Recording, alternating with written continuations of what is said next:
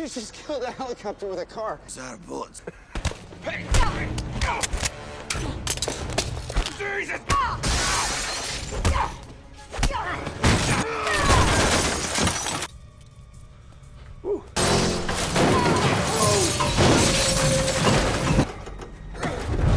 Let's just talk about this for once.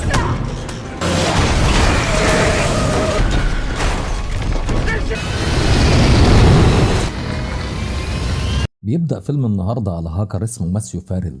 بتكلمه واحدة وبعت لها شفرة وسألها الموضوع ده قانوني؟ قالت له طبعا، وعجبه صوتها قوي. وكلمت كام واحد هاكر زيه وعملوا معاها شغل. واحد منهم حس ان في حاجة غريبة في الكمبيوتر بتاعه، ولما حاول يلغيها انفجرت قنبلة كبيرة قوي ومات فيها. والبنت دي دخلت على مبنى التحقيقات الفيدرالي واخترقت الكمبيوتر بتاعهم وطفت كل الأجهزة بتاعتهم. وظهر المدير والموظفين قالوا له ان حصل اختراق للأنظمة كلها، وطلب المدير التحقيق مع كل المشتبه فيهم من الهاكر اللي كان عددهم بيزيد عن 1000 شخص، وطلب دعم كمان من الشرطة علشان يلموا الأشخاص دي كلها. وظهر جون ماكلين وهو بيراقب بنته لوسي لما كانت مع البوي فريند بتاعها في العربية، وطلع الواد من العربية. ولما كلمته بنته اللي واضح انها زعلانة منه قوي، واتجادله شوية لانها ما بتردش على مكالماته، فجه يشوفها عشان كده وقالت له لو انا عاوزاك هرد عليك، وسابتهم ومشيت لشقتها. ومش عارف انا ايه العيال دي، الناس الغريبة دي.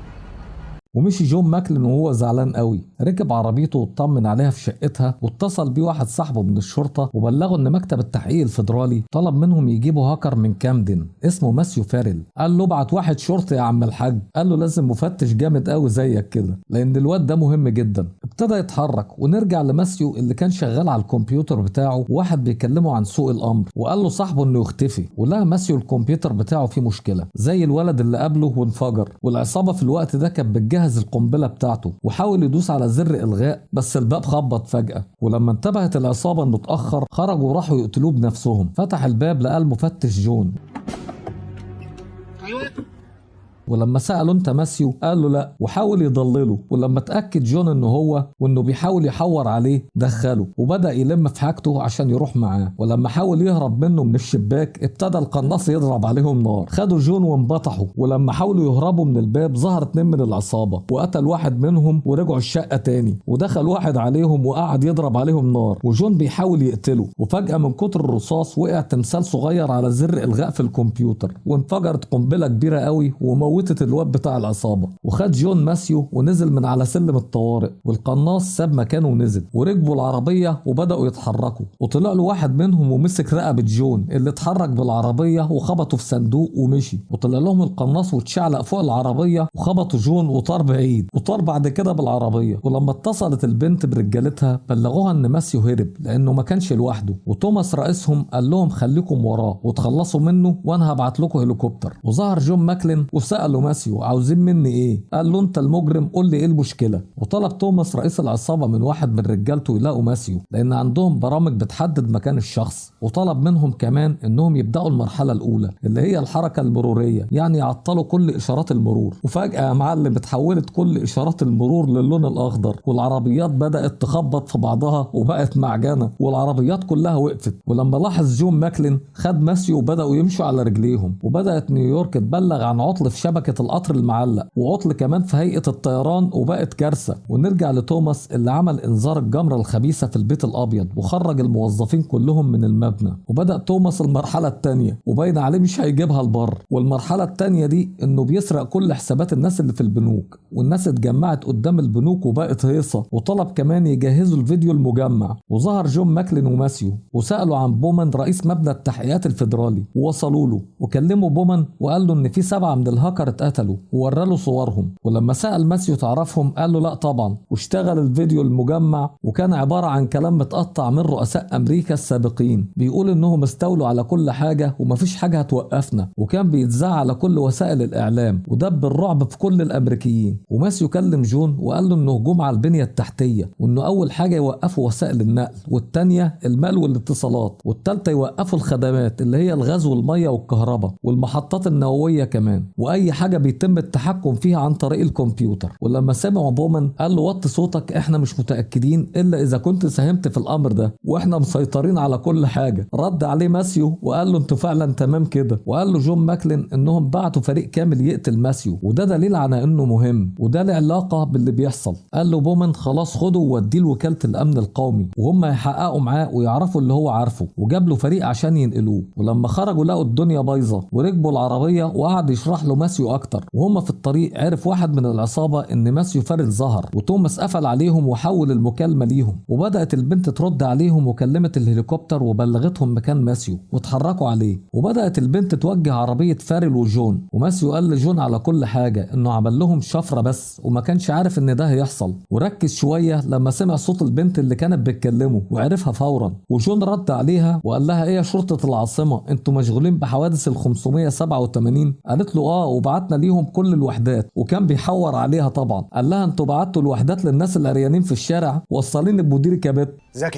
ذكي انت ذكي وذواق. وكلموا توماس وحاول يغرب الفلوس وهدده بعيلته كمان. رفض ماكلين وتوماس خد كل فلوسه. وبدأت الهليكوبتر تضرب عليهم نار. ولما مات معظم اللي معاهم بدأ ماكلين يسوق العربية والهليكوبتر بتطاردهم والرصاص زي المطر. وواحد شرطي بلغ وطلب دعم. ردت عليه البنت وقالت له ان الدعم في الطريق. وكانوا مراقبين كل حاجة يا عم الحاج. وجون عمال يخرم في الشوارع ويتفادى الرصاص وكسر ماسورة مية اللي طلعت وخبطت الهليكوبتر ومالت ووقع واحد من العصابة. وكمل ماكلين والهليكوبتر وراه ودخل ماكلين في نفق مقفول. ولما وصل نصه فتح توماس الاربع حارات بتوع النفق وراح فاتح الناحيه التانيه كمان. وبدات العربيات تخش وانتبه ماكلين ووقف ولقى العربيات رايحه ناحيته من الناحيتين. وبقت معجنه لما طفوا نور النفق كمان. ومسك ماسيو وانبطحوا وعربيه طايره خبطت في عربيتين وراهم والعربيات بتخبط في بعضها. وخد ماسيو واستخبوا جنب عمود. ولما فاق ماكلين قعد يبرطم وركب عربيته وطلع من النفق وطير عربيته ونط منها. والعربية خبطت الهليكوبتر وانفجروا في مشهد جبار. ونط القناص منها قبل ما تنفجر. وبلغ توماس ان ماسيو مات. وجري ماسيو على ماكلين وقال له انت مجنون، ازاي تطير العربية وتخبط بيها الهليكوبتر؟ قال له الرصاص خلص مني. وبين على ماكلين انه كان مجنون قوي. وقال لهم توماس ابدأوا المرحلة الثالثة. هو لسه في مرحلة ثالثة يا عم الحاج؟ وهي انهم يوصلوا لمكان اسمه وودلون. وطلب من البنت اللي اسمها ماي تستعد للتحميل. وصل رجالة توماس على انهم عمال بيشوفوا انذار الجمرة الخبيثة وقتلوا الحراس كلهم. ودخلوا على الكمبيوتر الرئيسي وبدأوا يشتغلوا. ودخل ماكلين وماسيو اسم الشرطة اللي الناس قدامه زي النمل. وماسيو عمال يبص على الناس وهو متضايق جدا. وابتدى توماس ينقل كل الحسابات من البنوك لحسابه. وابتدى التحميل. وماي اتحركت بهليكوبتر تبع الاف بي اي ومعرفش راحها فين. واتصل ماكلين ببومان وقال له اللي حصل. وفجأة بدأوا يذيعوا على كل القنوات ان البيت الابيض انفجر. وطلع يجري ماكلين ولما شاف البيت الابيض مكانه عرفوا ان هو عرض بس. واتقطعت الاشاره. وقال له ماسيو ان ده ارهاب افتراضي. وقعد يفكر. وماكلين قال له ان ده مستقبل بلد بحالها والناس كلها مرعوبه. وحاول تساعدني وفكر بطريقتهم هتعمل ايه لو كنت مكانهم. قال له ان كل ده عمل عن طريق الكمبيوتر بس الخدمات الكبيره لازم تروح لها بنفسك. وقال له ميدلتون ده محور شرقي ولازم يدمروه في مكانه. واتحركوا للمكان ده. وعرف بومان ان انذار الجمره الخبيثه مش مظبوط. ووصلت مايا بالطياره وقعدت تضرب الحراس وباين عليها جامده قوي واكيد هي في ميدلتون كمان. وخلصت على كل العمال وبدات تشتغل. ووصل كمان ماكلين ولما شاف الطياره عرف انهم موجودين. وبدات مايا تقفل البرنامج وشافت ماكلين في الكاميرات ونزلوا له. وبدا ماكلين يتخلص منهم وفعلا قتل واحد منهم. ووصل لمايا وقال لماسيو الغي اللي هي عملته. وفجاه مايا قعدت تضرب في ماكلين واشتغلوا طحن في بعض. وماكلين يضرب فيها وفقدت الوعي اخيرا. وقامت تاني وضربت ماكلين ووقعته.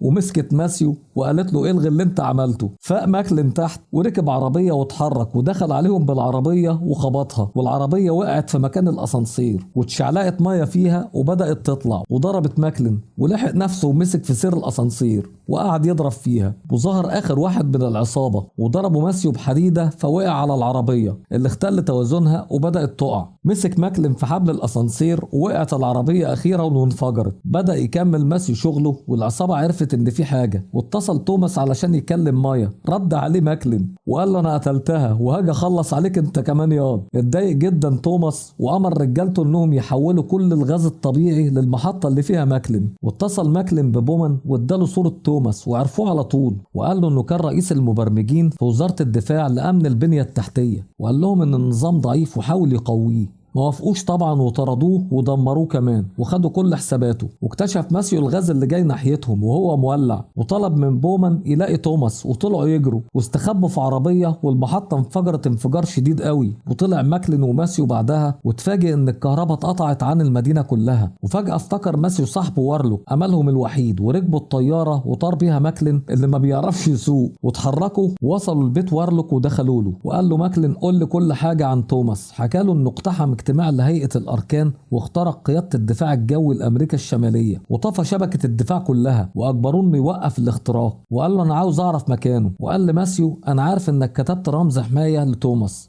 ولما دخل على الكمبيوتر عرف انهم بيستخدموا الرمز المبنى وودلون، وعرف توماس ان في اختراق لوودلون. ولما اتصل بوارلوك شاف ماكلين عنده وسأله على بنته لوسي. ولما عرف انها في الاسانسير محبوسة بدأ توماس يكلم ماكلين، وقعد ماكلين يستفزه، فكلم بنته قدامه وبعت رجالته عشان يجيبوها له. وعرف جون مكانه في وودلون واتحرك، ولحقوا ماسيو وقال له ماكلين ما تجيش معايا. وركب ماسيو معاه وقال له انا هساعدك. بيس بيس يا ريس، تمام.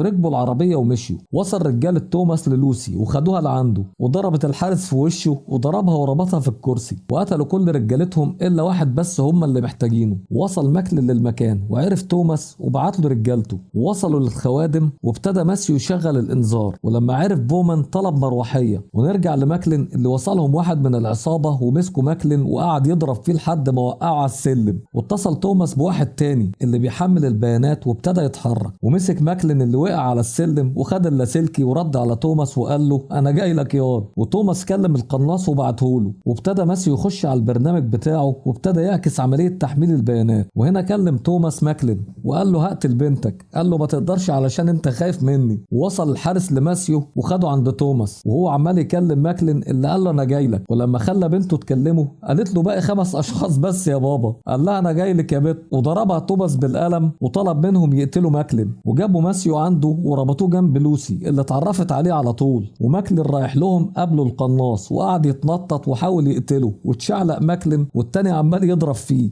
وفي الاخر فتح ماكلين غاز في وشه فوقع في التروس واتعجن. واتحرك توماس واللي معاه وركبوا عربيه، واتحركت وراهم عربيه كبيره قوي ونط عليها ماكلين وضرب السواق وركب مكانه وكمل وراهم. وطلب توماس من ماسيو انه يصلح اللي هو عمله. قال له انت هتقتلني على كل حال، ومرضاش يعمل له حاجه. ولسه كان رايح يقتله لاحظوا ان العربيه الكبيره بتتحرك بسرعه كبيره وان في مشكله. وبدا ماكلين يكلم وارلوك وقال له وصلني بمكتب التحقيقات الفيدرالي عند بومان. اتصل وخلى بومان يكلمه وقال له على مكان توماس وان معاهم بنته، ووصاهم انهم ياخدوا بنته منهم. ولما وصلت الطياره واتصلوا بالطيار وادوا امر انه يهاجم عربيه ماكلين، وبدات الطياره تهاجم ماكلين وضربت صاروخ عليه جه في عمود من عواميد الكوبري. وقعد ماكلين يصرخ علشان الطيار يسمعه. وبدا الكوبري يقع في مشهد جامد قوي، وضرب صاروخ تاني والعربيه مالت وكانت هتقع بس سيطر عليها ماكلين. وفتح الطيار على العربيه اللي اتدشملت والكوبري اتكسر والعربيه بتقع. ونط منها ماكلين في الاخر، وقعت طوبه كبيره على الطياره وسابها الطيار ونط منها قبل ما تتدمر. وقام ماكلين وسط الدمار ده كله وراح يجري على مكان عربيه توماس. وتوماس ادى الكمبيوتر لماسيو وقال له صلح اللي انت عملته. ولما رفض ضربه طلقه في رجله ووجه المسدس ناحيه لوسي اللي قعدت تعيط يا عيني. وبدأ ماسيو يشتغل ودخل ماكلين وقتل واحد والتاني كمان، واتصاب ماكلين برصاصة ووقع. وراح لتوماس وفجأة ضربت لوسي اللي ماسكها وضربته بطلقة في رجله بس مسكها تاني. ومسك توماس ماكلين وضغط على جرحه بالمسدس، وضغط ماكلين الزناد فعدت الرصاصة منه وقتلت توماس فورا. وضرب ماسيو المجرم الأخير بالنار. وجريت لوسي على أبوها تطمن عليه وقالت له أنت مجنون وهي بتعيط. ووصل بومان واللي معاه وأمنوا المكان. وراح ماكلين لماسيو واطمن عليه وقال له إن البنات بيحبوا الجروح. ماسيو بص على لوسي قال له ماكلين لا مش دي. وماسيو قال له ان بينهم اتصال. قال له ما تفكرش لان مش عاوز اضربك. وشكروا على انه انقذ بنته وودعه. ولما راح لبنته سألت عليه. الظاهر ان كان في اتصال جامد قوي بينهم. انتهى فيلم النهارده يا شباب. اتمنى تكونوا استمتعتوا بالقصه. لو عجبك الفيديو اشترك في القناه واعمل لايك وفعل الجرس علشان يوصل لك كل جديد، وشير الفيديو لاصحابك. معاكم ممدوح من تمناه فيلم.